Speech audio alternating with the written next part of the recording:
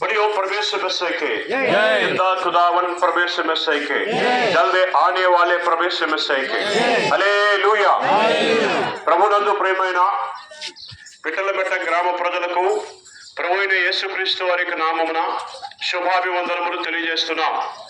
సృష్టికర్త అయిన దేవుడు ప్రభువైన యేసుక్రీస్తు వారు మిమ్మును మీ కుటుంబాన్ని ఆశీర్వదించును గాక. మీ పాడి పంటలు సస్యశ్యామలుగా పండును గాక. మీ పిల్లలు బాగా చదువుకుని ఉద్యోగములు చేయుదురు గాక. మీ వ్యాపారము లాభప్రాప్తి కలుగును గాక. రక్షణ చేత దేవుడి గ్రామమును అలంకరించును గాక. సత్య సమాధానం సమృద్ధిగా అనుగ్రహించును గాక. నెమ్మది లేని వారికి నెమ్మదిని అనుగ్రహించును గాక. రోగములతో ఉన్న వారిని స్వస్థపరచును గాక. ప్రియమైన స్నేహితులారా, ఈ సాయంకాల సమయంలో ఒక శ్రేష్టమైనటువంటి మాటను మీకు తెలియచేయటానికి వచ్చి ఉన్నాము. దయతో సద్భావముతో సత్హృదయముతో కొద్ది నిమిషాలు ఈ మాటలు వినాలని ప్రభు పేరిట సవినీయముగా మనవి చేస్తూ ఉన్నాం. ప్రభు యేసుక్రీస్తు వారు చెప్పారు, నేనే మార్గమును సత్యమును జీవమునై ఉన్నాను. నా ద్వారానే తప్ప ఎవడను తండ్రి యొద్దకు అనగా పరలోకమునకు మోక్షమునకు చేరడు అని. ఈనాడు మానవుడు అనుకుంటున్నటువంటి విషయం ఏమిటంటే, మరి మార్గములు ఎన్నైనా గమ్యం ఒకటే కదా అనుకుంటున్నాడు.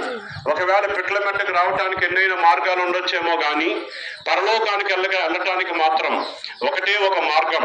ఆయనే ప్రభు అయిన యేసుక్రీస్తు వారు. అందుకే యెషయా గ్రంథంలో 30:21 వ్రాయబడింది, నీవు కుడికైనను ఎడమకైనా తిరిగిన ఇదే త్రోవ, దీని యందే నడువుడి అని వెనుక నుంచి ఒక శబ్దము అని వ్రాయబడింది. ప్రియమైన స్నేహితులారా గమనించండి. అంతేకాకుండా మార్గములలో నిలిచి చూడిని, పురాతనమైన మార్గమును గురించి అడిగి తెలుసుకొని అందులో నడువుడి, అప్పుడు మీకు నెమ్మది కలుగును అని ఇర్మియా గ్రంథములో దేవుని యొక్క వాక్యములో వ్రాయబడింది. కనుక మా ప్రియ స్నేహితులారా, ఈ సత్యాన్ని మీరు ఎరగాలని మనవి చేస్తున్నాను. అందుకని ప్రసంగి అయిన జ్ఞాని అయిన సొలొమోను ఇట్లా అంటున్నాడు.